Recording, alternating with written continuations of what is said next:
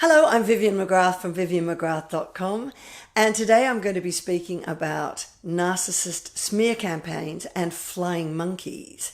And by the end of this video, you'll know how not to get embroiled and tangled up in the web of lies and deceit that a narcissist can create, and it's aimed at destroying you and your reputation.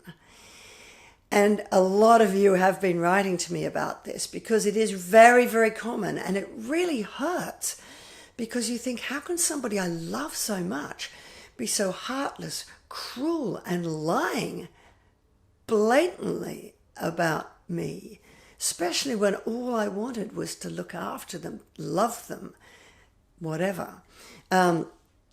So I promised I'd make this video, so here we go. Why does a narcissist do a smear campaign? Oh, and this is not necessarily just somebody you're in a relationship with. This can be a colleague at work. This could be a friend. This could be a toxic parent. I've had so many of you write to me after my video about daughters of narcissistic mothers. And some of you have had smear campaigns waged against you by the parent, in which when you grow up, you know, you've been so enmeshed with your parent, your narcissistic mother, that you become an extension of her. But when you grow up to become an adult and you want to break away, then she starts to tell the rest of the family that you're an ungrateful child. If you divorce your husband, some of you have even said that your mother has sided with the ex-husband's family. One even said the mother slept with her ex. Anyway, smear campaigns can be across the board, not just in relationships. And the reason they do it is because a narcissist has a deep inner wound, a childhood trauma and wound that leaves them with such a deep sense of shame and pain that if they bring that to the surface will completely overwhelm them and deny their entire existence, which is this grandiose persona that they have created to hide that wounded child inside.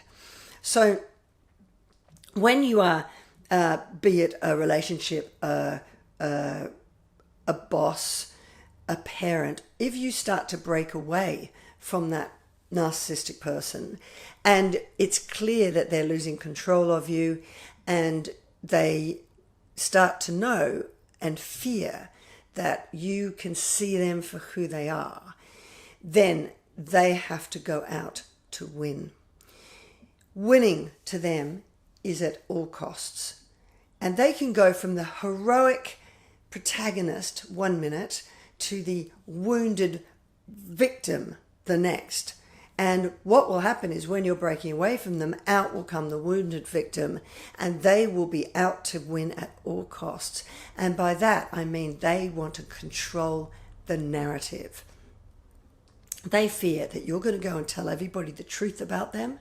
So they've got to control that truth and make it their truth, their narrative, which is, I'm the one who's the victim. That person abused me, and poor me, I suffered under them. They're ungrateful, whatever the smear campaign is. So basically, they're out to destroy you before you can destroy them. And because they want to win at all costs. And the worst thing is, they engage flying monkeys. I love that term. I'm old enough to remember The Wizard of Oz. For you who are not old enough to remember that, the Wicked Witch had all these literally flying monkeys that would go and do her dirty work. And it was only after Dorothy, the hero, threw water at the Wicked Witch and she melted away, did all the flying monkeys get broken out of their spell and say, "We're sorry, Dorothy, we were only doing what she told us to do." Flying monkeys are people who are around the narcissist and can also be known as enablers because they do the narcissist's bidding.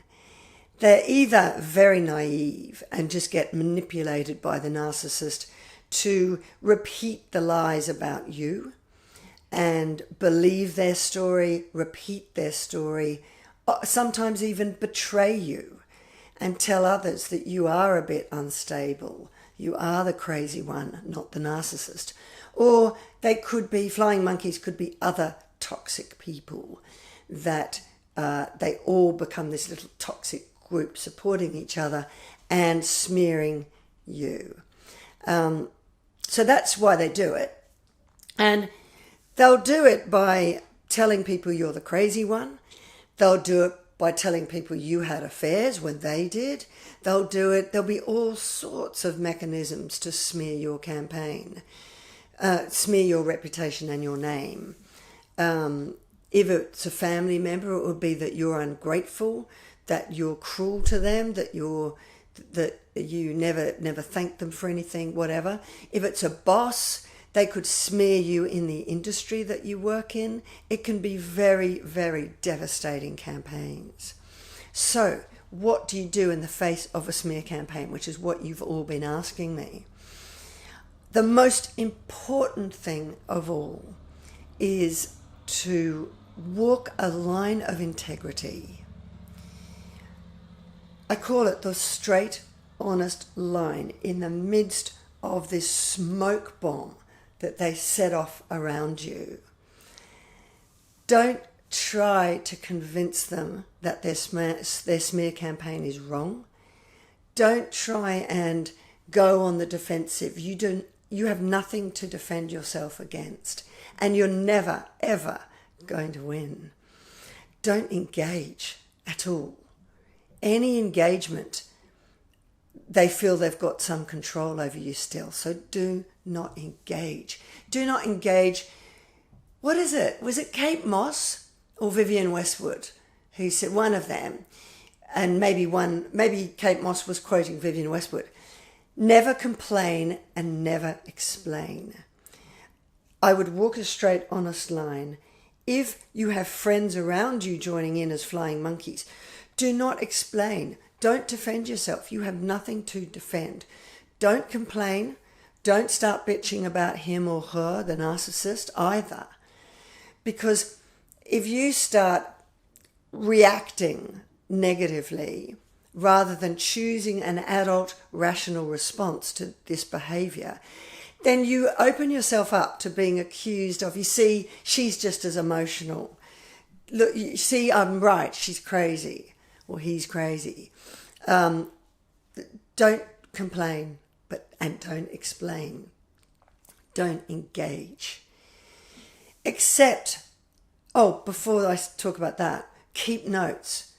Not only to keep yourself sane, but just keep notes so you have a record all the time of all the flipping and flopping and business that's going on.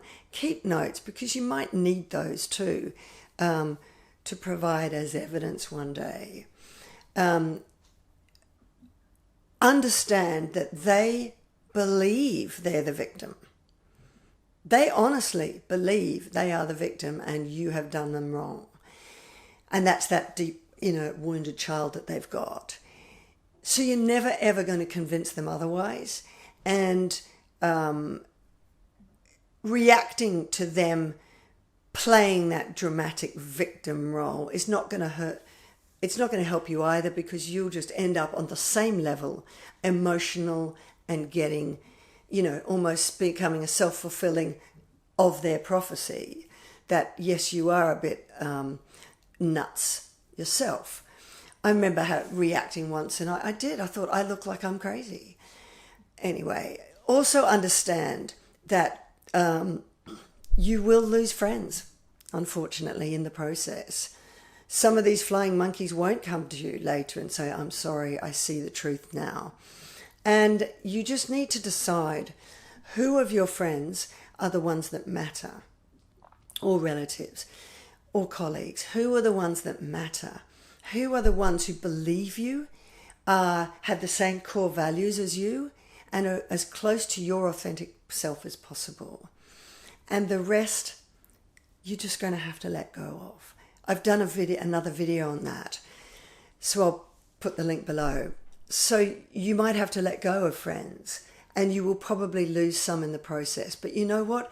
Those friends aren't your real friends if they don't believe your truth. So let them go and keep the ones that really are your authentic friends close to you. If you can go no contact, that is the best way. Absolutely separate yourself, opt out from their game by going no contact if you can. And if you have to have contact because of children, try to limit that as much as possible and only have it as a call about logistics when you're meeting the children and handing over, or meeting each other to hand the children over or whatever. Don't try and explain yourself. Don't question their lies. Don't point out their lies of their smear campaign because they believe them. You're never going to win. It's just they're going to use those lies to, they're going to use your reactions to manipulate the situation further. So try not to react. Choose your response, even if you have to take deep breaths in between. And walk that straight, honest line, the line of integrity. You know what they're saying is not true. It hurts, I know, but you know it's not true. So disengage. Let flying monkeys go who are hurting you. Don't try to feel you have to people please them, explain yourself, convince them that they're wrong. It's just not going to help you, you know. Smear campaigns are really hurtful because what they do is in the beginning and all through the relationship, they're gathering information about you that they, you know, personal stuff, things that they see as weaknesses that they can reveal later if they need it. And that weaponry is really, really painful and really harmful. So just stay true to yourself. Know who you are and that it's lies. It's not true. Let people go who are joining in and keep your head high and keep walking forward. Don't look back. If you're not engaging, if you're not joining in with emotional reactions, if you're not, you know, trying to convince people and making the situation worse because then they think, oh yeah, they are emotional, whatever. If you're not doing any of that, you know, if two people, if one person's jumping up and down like this and the other one's staying calm and serene, it's pretty obvious after a while which one's the crazy one or which one's the one stirring the pot. And you might find that if you walk a straight, honest line, don't engage, have blinkers on, keep moving forward, true to who you are and your belief in yourself. You know that you're not what they're saying. And what they're saying does not make you who you are. You might find that after a while, those who have been manipulated suddenly do think, well, hang on a minute. Everything he's saying about that person or she is saying about the other is actually describing them. They seem pretty crazy to me. They seem pretty emotional to me. But the other party is walking calmly, serenely, not smearing them, not defending themselves. Maybe I've got this wrong. And maybe like the flying monkeys in The Wizard of Oz, they do later come to you and say, I'm sorry, I didn't realize the extent of what you went through. So I hope that's helped you navigate smear campaigns, which are really, I mean, the worst of them. They can manipulate psychologists, police officers, courts, judges. You know, it really is powerful and harmful. So the quicker you can disengage and keep your head held high, don't complain, don't explain, and know that it is just not true. And stay true to who you are, the better. And it will go away. It will go away. Unless you've got some extreme stalking sort of type person. If it doesn't, please take notes, record everything, go and get help, support and advice. But hopefully, given time, if you don't give them fuel for that fire, then that fire will eventually die down. So I hope that's helpful. If it is, click the like button and ring the bell on YouTube. Subscribe and share. And if you'd like to learn more about how you can work with me, I've got many ways that you can do so. So you can find out more about that on vivianmcgrath.com/work with me. And I'll see you in my next video. Bye for now.